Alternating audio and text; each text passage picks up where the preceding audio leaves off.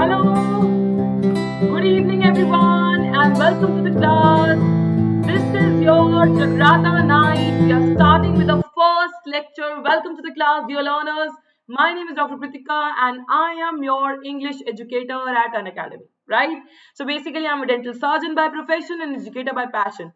Today we'll be starting without a further ado. फटाफट start करेंगे the last lesson detailed summary. किसी को revise करना है तो वो भी पढ़ सकता है, जिसने नहीं पढ़ा वो भी पढ़ सकता है, right? Everybody is welcome welcome welcome to the session. फटाफट जगराता नाइट का शुभ आरंभ करते हैं बच्चा बाड़ी, and we will be learning about the detailed summary of the last lesson. So are you ready? Let's get started. फटाफट देखते बेटा मेन कैरेक्टर कौन था स्टोरी का. Franz was the main character. Franz was the main character of the story. This story is written in the Franco Prussian war के दिन की time की ये स्टोरी है, right? Which is written by Alphonse डॉडेट. लिखी किसने story? लिखी है अल्फोंस डॉडेट ने, राइट? तो अल्फोंस डॉडेट जो थे बेटा, who was the writer of the story, but France was the narrator of the story. आपको स्टोरी कौन सुना रहा है? फ्रांस सुना रहा है, बट लिखी किसने है? अल्फोंस डॉडेट ने लिखी. कब लिखी गई है बेटा? ये फ्रैंको प्रशियन वॉर के टाइम के लिखी गई है, जब फ्रांस और प्रशिया की लड़ाई हो रही थी. अब प्रशिया में कौन कौन सी कंट्रीज आती हैं बेटा? गैप से याद कर लो, मैंने हमेशा गैप से याद कराया है. 2 गज दूरी, मास्क है जरूरी, बोलते ना, तो दूरी से याद करो, गैप.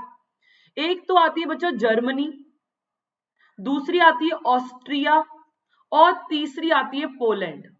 ये 3 कंट्री आती है बेटा किसमें? हमारी प्रशिया में, ठीक है?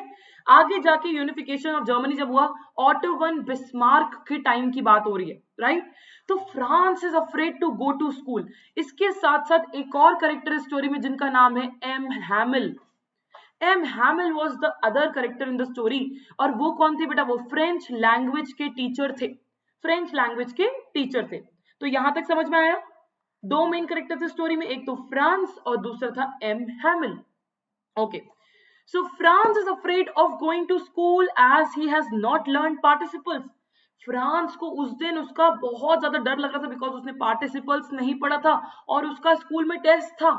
एम हैमिल ने टेस्ट अनाउंस कर दिया था. अब एम हैमिल बहुत ही खड़ूस टाइप के टीचर थे, but he wants to enjoy the beauty of nature. सुहाना सफर और ये मौसम हसीन. जैसे वो स्कूल के लिए निकला, है ना, घर से निकलते कुछ दूर चलते उसको लगा wow what a pleasant weather. यार मेरा तो बिल्कुल मन नहीं कर रहा स्कूल जाने का. एक काम करता हूँ मैं ना, बंक कर लेता हूँ स्कूल. और वैसे भी आज टेस्ट है, मेरा पढ़ाई में तो बिल्कुल मन नहीं लगता, मैंने कुछ पढ़ा भी नहीं है, तो मैं टेस्ट क्या दूंगा? तो मैं इससे अच्छा ना बंक कर लेता हूँ आराम से. कहाँ बैठूंगा? सार रिवर के किनारे बैठूंगा. जैसे हमारे यहाँ गंगा यमुना होती है ना, वैसे फ्रांस में हमारी सार रिवर थी. ओके, तो सार रिवर के किनारे उसको बैठना बहुत अच्छा लगता था. उस दिन मौसम भी काफी अच्छा था, right? The bright sunshine, the birds chopping in the woods, the Prussian soldiers drilling but resist all temptations. उसको ये सारी चीज देखने को मिली. सुहाना सफर, खिली खिली धूप, बर्ड्स चहचहा रही थी. चॉपिंग बोले तो चहचहाना. वुड्स मतलब फॉरेस्ट के आसपास. प्रशियन सोल्जर्स वहां पर ड्रिल कर रहे थे, वो left right like that. But उसने ये सारे टेम्पटेशन, ये सारे लालच जो उसको आ रहे थे ना, कि यार रुक जाता हूँ यहाँ पर, स्कूल नहीं जा रहा, ये सारे उसने हटा दिए. And now he was like no, I need to go to school, क्योंकि मैं अभी तक तो गया नहीं स्कूल, चलो आज चला जाता हूँ. बेटा उसने देखा रास्ते में, है ना, रास्ते से जा रहा था एंड वहां पर पढ़ा टाउन हॉल. वहां पर क्या पढ़ा? Town hall. टाउन हॉल पे था bulletin board. Now what is bulletin board? Bulletin board is a kind of a board. Messenger की तरह एक बोर्ड होता है बेटा, जहां पर सारे इंपॉर्टेंट मैसेजेस, इंपॉर्टेंट नोटिस लगे होते हैं. सारी की सारी बुरी खबर वहीं लगती थी, बिकॉज उस टाइम पे फोन तो थे नहीं, ना टेलीग्राम था, ना व्हाट्सएप था, ना फेसबुक था, ना इंस्टाग्राम था. क्या था? सिर्फ और सिर्फ बुलेटिन बोर्ड था, है ना?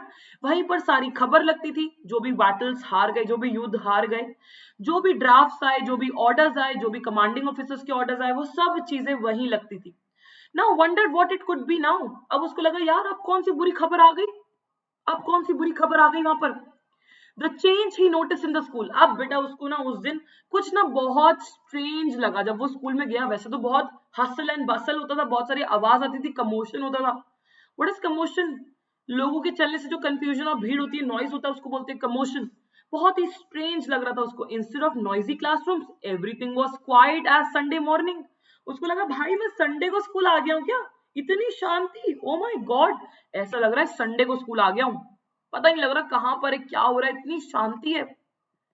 The teacher does not scold him and told him very kindly, go to your seat, France, हम तुम्हारे बिना ही चैप्टर स्टार्ट कर रहे थे, जाओ सीट पे बैठो जाके फटाफट। फ्रांस को लगा ओफो, हे माँ माता जी, क्या ये वही एम हैमिल है जो मुझे हमेशा डांटते थे, आज तो डांट भी नहीं रहे हैं, आज क्या हो गया इन्हें, कहा सूरज कहां से निकला है, समथिंग स्ट्रेंज। एम हैमिल ने उसको डांटा नहीं। The teacher dressed in the Sunday best attire, Sunday best attire बोले तो उसकी जो कपड़े थे बेटा वो स्पेशल ओकेजन्स पे ही पहनते थे एम हैमिल, या तो कोई इंस्पेक्शन होता था तब पहनते थे, या फिर कोई प्राइज डेज पे पहनते थे। उसने कहा ओहो जरा देखो तो सही, एम हैमिल आज अलग कपड़े पहन के आए हैं, आज उन्होंने पहन रखा है ग्रीन कलर का कोट, साथ में पहन रखी है फ्रिल्ड शर्ट और ब्लैक सिल्क की टोपी लगा रखी है, एम्ब्रॉयडरी करी हुई। जैसे पीछे मुड़ के देखा, ये बैक बेंचेस जो आज तक खाली थी, हाँ? अरे ये कौन बैठा है, ये तो विलेजर्स हैं, और ये विलेजर्स यहाँ क्या कर रहे हैं। उसको बड़ा ही अचंभा हुआ, उसको बहुत ही शौक लगा शौक लगा।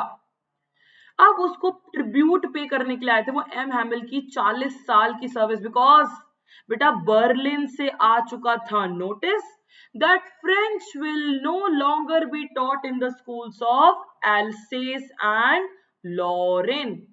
एल्सेस एंड लॉरेंस बेटा डिस्ट्रिक्ट है फ्रांस के, फ्रेंच डिस्ट्रिक्ट है ये, वहां के राज्य हैं, वहां के एरियाज हैं, वहां पर बोल दिया था कि फ्रेंच लैंग्वेज नहीं पढ़ाई जाएगी, कल से जर्मन लैंग्वेज पढ़ाई जाएगी, और कल से जर्मन का टीचर भी आ जाएगा। और अब एम हैमिल जो कि फ्रेंच के टीचर थे उनको जाना पड़ा वहां पर, 40 सालों तक उन्होंने वहां पर काम किया। यहाँ के लोगों की ना बड़ी गंदी आदत थी, कल करे सो परसों कर, परसों करे सो तरसों, अभी क्या करना है जल्दी करके जब जीना है बरसों। तो they are in a habit of procrastination. ना what does that mean, procrastination मतलब टालना, वो चीजों को टालते रहते थे, कल कर लेंगे परसों कर लेंगे ऐसे करके, to pay tribute to M having 40 years of service. और वो इसीलिए वहां पर आए थे। आज सब लोग उनकी बातों से अग्री कर रहे थे कि पढ़ाई जरूरी है, अपनी लैंग्वेज का ज्ञान जरूरी है। इस चैप्टर में बेटा दो चीजें सिखाई गई हैं, मदर टंग की इंपॉर्टेंस, और अगर आपको मदर टंग का ज्ञान नहीं है तो लोग आप पे कितनी बुरी तरीके से आप पे अटैक करते हैं। सेम चीज हुई पहले के जमाने में, जब कोई लड़ाई होती थी कंट्री के बीच में, जो कंट्री हारती थी और जो कंट्री जीतती थी, जो कंट्री जीतती थी वो अपनी लैंग्वेज को उस हारी हुई कंट्री पे थोप देती थी, उसको बोलते हैं imposition, imposition of one's language on to other, ये मान के कि भैया हमारी लैंग्वेज महान है, हमारे से अच्छी कोई लैंग्वेज नहीं है, इसको बोलते हैं लिंग्विस्टिक शॉविनिज्म, इसको बोलते हैं लिंग्विस्टिक शॉविनिज्म। और यही हो रहा था। एम हैमिल ने अनाउंसमेंट करी, this is the last French lesson I will give you, I want you all to be very attentive. M Hamel ने अनाउंसमेंट करी, ये मेरा आखिरी आखिरी फ्रेंच लेसन है, मैं चाहता हूं लेसन मेरा आखिरी है, मैं चाहता हूं तुम एकदम से ध्यान से सुनो। France understand now what was put up on the bulletin board. अब उसको याद आया कि अच्छा तो यही खबर लगी थी बुलेटिन बोर्ड के पार, जहां पर इतनी सारी भीड़ थी, यही लगी थी खबर, आई थिंक यही थी। Franz realises that he does not know his own mother language. उसको तब रियलाइजेशन हुआ कि मुझे तो मदर लैंग्वेज आती ही नहीं है, मैं क्या करूंगा। He regret that why he had not taken his lesson seriously. अब उसको बड़ा पछतावा हो रहा था, और एम हैमिल ने बोल दिया था, French language is the most beautiful language, most logical language, and most clearest of all. Clearest, beautiful, logical. Clearest, beautiful, logical. या तो LCB याद कर लो, या BCL याद कर लो, या CBL याद कर लो, जो भी याद हो रहा है। क्लियर, ब्यूटिफुल एंड लॉजिकल, ये तीनों एडजेक्टिव्स दिए थे। अब बोला यार इससे अच्छी तो दुनिया में लैंग्वेज ही नहीं है, यहां पर भी लिंग्विस्टिक शॉविनिज्म आया, एम हैमिल के वास्ते भी लिंग्विस्टिक शॉविनिज्म आया, अपनी लैंग्वेज को महान समझ के दूसरों पे थोपना, दैट इज लिंग्विस्टिक शॉविनिज्म। हमारी लैंग्वेज ही महान है, बाकी सारी लैंग्वेज तो बेकार है, सेम थिंग, राइट। अब उसको याद आया कि भाई मैंने तो कुछ पढ़ा ही नहीं, मैंने तो कुछ पढ़ा ही नहीं, मैं क्या करूंगा, अब से अब तो हम पढ़ भी नहीं पाएंगे, आज तो आखिरी क्लास है। एंड उसको बड़ा पछतावा हो रहा था। और एम हैमिल ने पहले ही कहा था, अगर फ्रेंच लैंग्वेज से दूर जाओगे तो बड़ा पछताओगे मेरे दोस्त। बहुत पछता रहे थे बच्चे वहां पर, सारे विलेजर्स पछता रहे थे, बिकॉज उन्होंने काम को, पैसे को इंपॉर्टेंस दी, पढ़ाई को इंपॉर्टेंस नहीं दी, मदर लैंग्वेज को इंपॉर्टेंस नहीं दी। अब उनको काफी ज्यादा पछतावा हो रहा था। Also realizes the reason why teacher were dressed in the Sunday best कपड़े and villagers were sitting at the back। अब उसको सब चीज दिमाग में एकदम से रिवाइंड हुई और उसको समझ में आया कि ओके, टाउन हॉल के पास भीड़ थी तो इस वजह से, आज स्कूल में साइलेंस है तो इस वजह से, आज मेरे टीचर ने कपड़े अलग पहने तो इस वजह से, और विलेजर्स बैठे तो इस वजह से, because it is the last French lesson. ये लास्ट लेसन था उनका, चैप्टर का टाइटल भी एप्ट है, राइट। एम हैमिल रियलाइज करा उन्होंने कि यार बच्चे, पेरेंट्स और वो खुद भी रिस्पॉन्सिबल है कि मदर लैंग्वेज नहीं आती वहां के लोगों को। चिल्ड्रन क्यों? बिकॉज चिल्ड्रन ने कभी पढ़ाई करी नहीं। पेरेंट्स क्यों? क्योंकि कभी चिल्ड्रन को, बच्चों को कभी पेरेंट्स ने स्कूल भेजा ही नहीं, बोल दिया खेत पे जाओ, अरे रोकड़ा कमा के लाओ, अपना सपना मनी मनी। खुद को, क्योंकि जब उसको पढ़ाने का मन नहीं करता था बेटा, जब उसको फिशिंग पे जाना होता था, वो या तो स्कूल की छुट्टी कर देता था या फिर बोलता था जाओ मेरे पौधों को पानी दे के आओ, है ना, go and just water my plants, go and holiday, छुट्टी हो गई, भागो यहां से। नाउ उसने बोला हमेशा अपनी मदर लैंग्वेज को अपने पास रखो, और अगर तुम्हारे पास वो ज्ञान है मदर लैंग्वेज का तो तुम किसी भी प्रॉब्लम से बाहर निकल सकते हो। You can come out of any problem, किसी भी प्रॉब्लम से आप बाहर निकल सकते हो, right. Atmosphere in the class, अब क्लास में बहुत ही गमगीन माहौल था, बहुत ही गमगीन माहौल था, बहुत, सब लोग दुखी थे। टीचर आराम से सिंसियरली पढ़ा रहा था, बच्चे भी ध्यान से सुन रहे थे। आज तो उनको पेशेंट ईयर दिया उन बच्चों ने, जो कल तक बात नहीं सुनते थे, आज वो ध्यान से सुन रहे थे। अटमोस्ट सिंसियरिटी, आंधी आ जाए, तूफान आ जाए, भूचाल आ जाए, उनको कोई फर्क नहीं पड़ रहा था। 3-4 बार डिस्ट्रैक्शन भी हुआ, बीटल्स आ गई, इंसेक्ट्स आ गए क्लास में, किसी ने ध्यान नहीं दिया उनपे। France wonders sarcastically if the Prussians could also force pigeons to coo in German language। अब उसने बहुत ही इनोसेंटली एक लाइन बोली, will they make them sing in German even the pigeons। उसने जर्मन सोल्जर्स के लिए पूछा, प्रशियन सोल्जर्स के लिए बोला, अपने आप से ही बोला, क्या ये पिजन्स को बोलेंगे हेलो मिस्टर पिजन, तुम्हें ना कल से जर्मन लैंग्वेज में गुटर गु करनी है, फ्रेंच में मत कर देना, क्या ऐसे बोलेंगे? नहीं। तो ये बहुत ही बड़ा एक क्वेश्चन मार्क खड़ा करता है अथॉरिटीज के ऊपर कि यार ये डोमिनेटिंग करके आप अपनी लैंग्वेज को किसी पे थोप रहे हो, दैट इज नॉट राइट। भले आप लोगों के दिमाग पे कब्जा कर लो पर कभी उनके दिल में जगह नहीं बना पाओगे, राइट। तो यही चीज थी अपनी, अगर ये डिवाइड एंड रूल पॉलिसी बहुत पहले से चल रही है बेटा। आप हमारे कंट्री को देख लो, ब्रिटिशर्स को आए, अपनी लैंग्वेज लेके आ गए और अभी तक चल रही है लैंग्वेज, है ना। M Hamel overcame with emotions, काफी इमोशनल हो गए, वो कुछ नहीं बोल पाए। He could not speak right on the black board. उन्होंने सिर्फ ब्लैक बोर्ड पे लिखा बड़ा बड़ा ऐसे करके, वीवा ला फ्रांस। ये वीवा ला फ्रांस का क्या मतलब है बेटा? कि फ्रांस जुग जुग जिए, जुग जुग जिए, live long France, long live France. And this inculcate the feeling of patriotism with everybody. सबके मन में एकदम देशभक्ति की भावना आ गई, समझ रहे हो, सब लोग इमोशनल हो गए। So this was the story बच्चा, एंड इसमें हमें 3-4 मेन पॉइंट्स लिखवाए गए हैं बेटा। एक तो हमारा प्रोक्रास्टिनेशन, कल करे सो परसों कर, परसों करे सो तरसों, तो ये हमें करना नहीं चाहिए, है ना, टालना, किसी चीज को टालना। एक आया बच्चा बहुत अच्छा वर्ड, लिंग्विस्टिक शॉविनिज्म। जितना डिफिकल्ट इसकी स्पेलिंग लगती है उतना इजी इसका मीनिंग है। देखो बेटा मैं बताती हूँ मीनिंग क्या है। लिंग्विस्टिक समझ लो, जो भी वर्ड नहीं आता उसको तोड़ दो 2 पार्ट में। लिंग्विस्टिक बोले तो लैंग्वेज, राइट, और शॉविनिज्म बोले तो हमारी लैंग्वेज ही महान है, हमारी लैंग्वेज सबसे अच्छी है, और अपनी लैंग्वेज को सुपीरियर समझ के इन दोनों पे थोप देना, किसी पे भी थोप देना, उसको बोलते हैं लिंग्विस्टिक शॉविनिज्म। जैसे आपका आंट जेनिफर पढ़ोगे ना, उसमें आता है मेल शॉविनिस्टिक सोसाइटी, पुरुष प्रधान समाज, ठीक है। तो दैट इज ऑल बच्चा, आई थिंक आपको समझ में आ गई होगी story, what was the story all about. Basically mother tongue की इंपॉर्टेंस बताई गई है, और जब मदर टंग होती है तो बेटा आप किसी भी प्रिजन से बाहर निकल सकते हो, किसी भी प्रॉब्लम से बाहर निकल सकते हो, ये सिखाया गया है ना। तो ये बताया गया बेटा। और अगर आपको अपनी मदर टंग नहीं आती बेटा तो आप पे दूसरे लोग आसानी से राज कर लेंगे, राइट। सो अपनी मदर टंग को सीखो, इंग्लिश सीखो बट हिंदी को भी मत भूलो, राइट। चलो दैट्स इट बच्चा, फटाफट टेलीग्राम चैनल ज्वाइन कर लो जिसने भी नहीं करा है, राइट। अगर आप मेरे साथ क्लास में पढ़ना चाहते हो बेटा, तो ये बैचेस हैं आप लोग के, जिसका टाइमिंग जो है आपका एवरी ट्यूसडे थर्सडे होता है 8:30 बजे।